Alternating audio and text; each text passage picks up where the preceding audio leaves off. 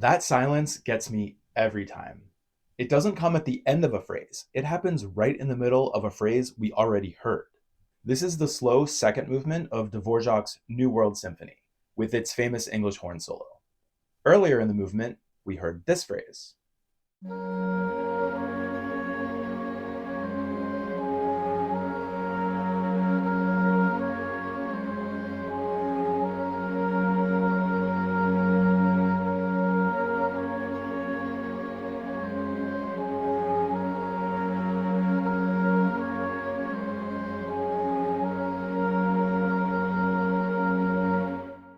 Warm, expressive English horn, dark clarinets supporting it in parallel tenths, all over a single static chord.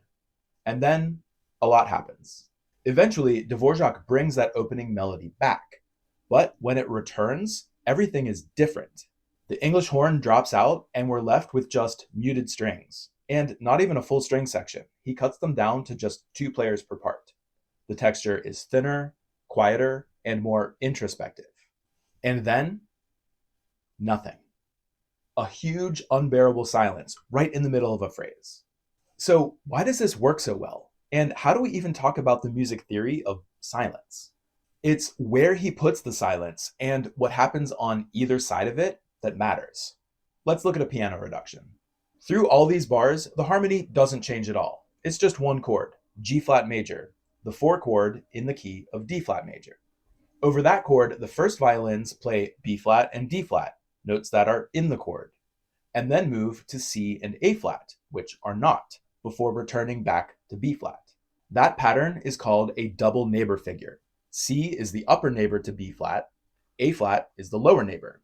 A double neighbor moves through both before resolving back to the note in the middle. So this melody is nothing more than notes from the chord underneath plus a double neighbor that always resolves back into the chord. And it's not just the melody. The violas harmonize it a tenth lower using the exact same figure, chord tones surrounded by double neighbors.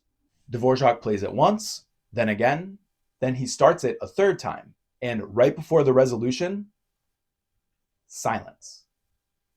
That pause happens exactly where the melody is supposed to complete its thought. And after the silence, the resolution, the notes we were promised all along. There are more fermatas after this, one right after the resolution, and another after the phrase fully finishes.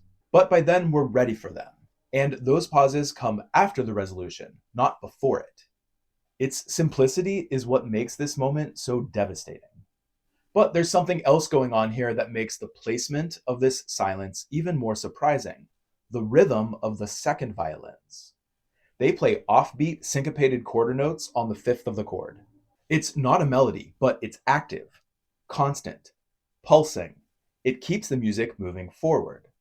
And it drives the music straight into nothing. If you've heard the symphony live, you know what this moment feels like. The entire hall holds its breath. And the longer the conductor holds that pause, the more unbearable it becomes. On the page, it doesn't really look like anything special. It's just a fermata. But Dvořák places it in the middle of a phrase, at the exact moment we're expecting resolution. Understanding that doesn't take the magic away.